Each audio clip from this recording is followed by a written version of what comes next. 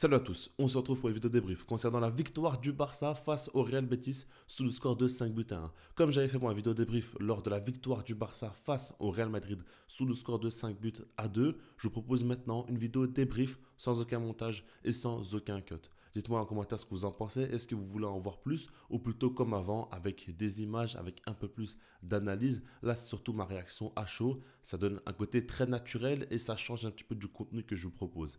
Maintenant, ce qu'il faut se dire, c'est que par exemple, là pour ce match, je ferai une analyse par rapport à ce qu'Hansi Flick a mis en place, notamment Dani Olmo au poste de faux numéro 9. Et vous allez voir qu'on va observer des points tactiques très intéressants. Maintenant, pour l'instant, surtout, on va se concentrer sur ce qui s'est passé en ayant plus un point de vue où je donne simplement mon ressenti par rapport à tout ça. Donc voilà, maintenant c'est à vous de voir ce que vous préférez.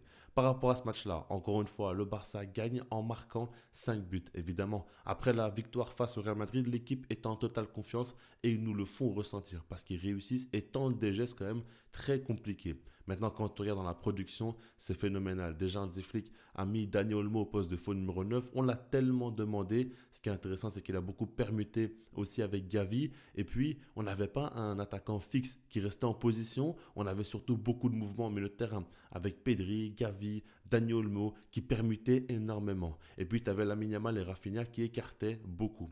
C'est-à-dire qu'on a beaucoup reproché à Hansi Flick que l'équipe n'avait pas assez de contrôle. Là, ici, dans ce match-là, ils l'ont eu, le contrôle. Et en plus de ça, comme on l'a toujours dit, au Barça ou même de manière générale dans le football, au plus tu as du contrôle sur le terrain, au plus tu arrives à mieux quadriller le terrain, au plus les séquences de pressing aussi sont meilleures. Parce qu'à ce moment-là, c'est plus facile de bien presser lorsque tu es bien mis en place lors des phases de possession. Et ça, on l'a très bien vu, le Barça a eu un excellent pressing et le Real Betis n'a pas su exister. En soi, ils ont été étouffés par le jeu du Barça et ça, c'est quand même une très bonne chose. On voit qu'Hansi Flick progresse largement dans plusieurs secteurs du jeu et ça fait que l'équipe est plus complète. Et puis aujourd'hui, on voit Ronald Araujo et Frenkie de Jong titulaires dans ce match-là.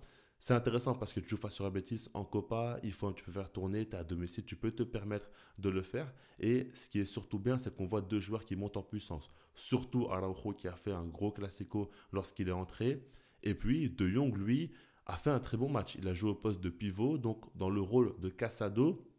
On sait tous que pour les gros matchs, on préfère voir Casado parce que c'est un joueur quand même qui a un autre abattage sur le terrain. Défensivement, il est largement meilleur. Et puis, c'est son véritable poste. De Jong, on préfère le voir un peu plus haut sur le terrain. Mais en tout cas, dans ce match-là, il a été excellent. Et puis, ce qu'il faut se dire, c'est qu'il faut avoir des perspectives d'avenir. Se dire que sur la saison, il faut apporter de la rotation. Le banc n'est pas assez qualitatif. De Jong, ce n'est pas un pur pivot, ok.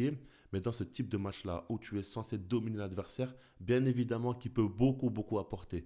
Et il l'a prouvé. Et puis, on voit aussi que tu peux faire reposer Lewandowski. Tu n'as pas de véritable neuf remplaçant si ce n'est pas au Victor qui n'est peut-être pas encore prêt pour jouer titulaire au Barça. Eh ben, c'est pas grave. Tu mets Dani Olmo dans un rôle différent. Et en fait, ce genre d'idée-là, trouvée par Hansi Flick, permet au Barça et de manière générale à avoir une impression où on a un effectif quand même complet. Ça, pour moi, c'est une très bonne chose. Maintenant, quand on regarde par rapport au match, on a vu beaucoup de buts, on a vu beaucoup de très belles actions. Le premier but, c'est Gavi. Quand on regarde, c'est Pedri qui est au démarrage. Pedri qui va offrir un très bon ballon pour Dani Olmo entre les lignes. Dani Olmo qui fait une bonne remise dans l'axe à Gavi. Et justement, par rapport à Dani Olmo, on comprend bien que dans ce rôle de faux numéro 9, techniquement, il est largement au-dessus de Lewandowski. On va en reparler plus tard, hein, comme je l'ai dit dans une autre vidéo. Mais en tout cas, ce qu'il faut retenir, c'est que dans les derniers mètres, Dani Olmo n'a pas la présence d'un Lewandowski, n'a pas la finition d'un Lewandowski, mais techniquement, il arrive à sublimer ses coéquipiers. Et on l'a vu, parce que Gavi a su marquer ce but.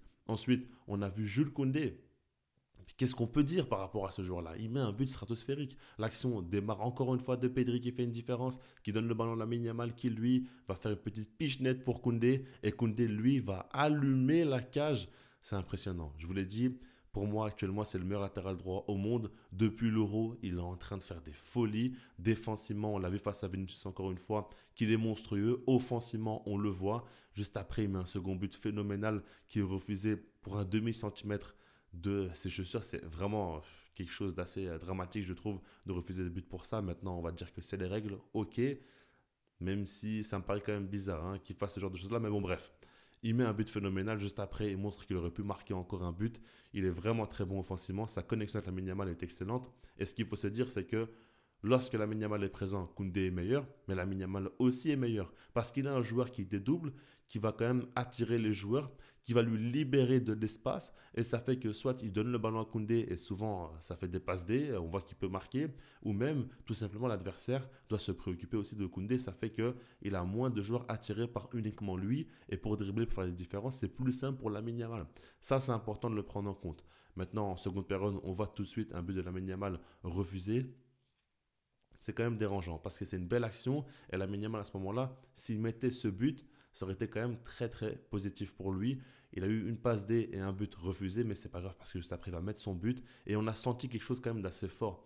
Lamine Yamal fait un très gros match. Pour moi, c'est lui avec Pedri qui ont tout simplement réalisé le meilleur match. Pourquoi? Parce que Lamine Yamal, lui, s'est battu. On l'a très bien vu dans cette rencontre-là qu'il a eu un but refusé, une passe D refusée et ça l'a un petit peu dérangé. Et donc, il a tout prix voulu marquer son but. Il a forcé et quand on voit vraiment, lorsqu'il veut faire la différence par lui-même, il est très très très dangereux. Alors oui, c'est le Real Betis dans une période où le Barça est en grande confiance, où le Barça domine le match. Ce n'est pas non plus un exploit de sa part. Par exemple, ce qu'il a fait face au Real Madrid, c'est beaucoup plus impressionnant. Ok, mais tout de même, on voit qu'à la finition, il fait de gros progrès. Et lorsqu'il veut marquer, il peut le faire. Le truc, c'est que la Yamal préfère souvent faire la place plutôt que de vouloir marquer, tout simplement. Et par rapport à ça, il faut le retenir. La Yamal est capable de marquer beaucoup plus de buts. En 2025, c'est 3 matchs, 3 buts pour l'instant. Il est en train de monter en puissance et en plus de ça, c'est que des beaux buts. C'est impressionnant ce qu'il est en train de faire jusqu'à présent. Et je pense qu'on n'a encore rien vu de lui. Il pourra encore beaucoup plus marquer des buts, beaucoup plus encore faire des passes D aussi, et être un joueur différentiel pour son équipe. Et puis à chaque fois qu'il a ce déblocage mental où il décide de faire la différence par lui-même, on voit aussi beaucoup plus de différences individuelles faites. Déjà qu'il en fait énormément et qu'il a un jeu très propre. En fait, Lamine Yamal, c'est le bon élève, le joueur qui va respecter le jeu, qui va faire la passe aux joueurs qu'il faut cibler, il va bien détecter. Maintenant, lorsqu'il décide de se dire que ok, les choses vont pas comme il veut que ça aille, ah ben c'est lui qui va faire les choses lui-même et faire la différence lui-même. Et puis par rapport à Pedri, par exemple, c'est à peu près la même chose dans le sens où Pedri va dicter le tempo du match du Barça. C'est lui le leader technique du Barça et Lamine Yamal va terminer les actions. Que ce soit avec une passe décisive ou un but, il va les terminer. Et ça, c'est impressionnant. Et puis, que dire après, bon, Ferran Torres, il rentre, il met son but. On a vu de très très belles choses. Le Barça met 5 buts. Il y a un penalty concédé, petite erreur de Jules Koundé maintenant par rapport à son match, ce n'est pas vraiment problématique. Et donc le Barça se qualifie pour les quarts de finale de la Copa. On est vraiment sur une période où tout sourit au Barça. Ce qui me fait plaisir par-dessus tout, c'est que, ok, on voit une équipe du Barça qui met 10 buts en 2 matchs. On retrouve la solidité en attaque. On voit une équipe du Barça qui retrouve de la confiance. Ça, c'est excellent parce qu'on sait très bien que les forces du Barça dans les flics, c'est tout ce qui concerne le jeu offensif. Ça, je l'ai toujours dit, c'est une évidence que offensivement le Barça excelle. Et par rapport à tout ça, maintenant, ce qui me fait surtout plaisir, comme je l'ai dit, c'est qu'on voit qu'Hansi Flick trouve de nouveaux systèmes. Il a mis en place un 4-3-3 et il le fait de plus en plus souvent. Il a mis en place un rôle différent pour Daniel Olmo, qui est une option B à Lewandowski, qui n'est pas toujours très régulier. Et ça apporte plus de garantie pour la suite.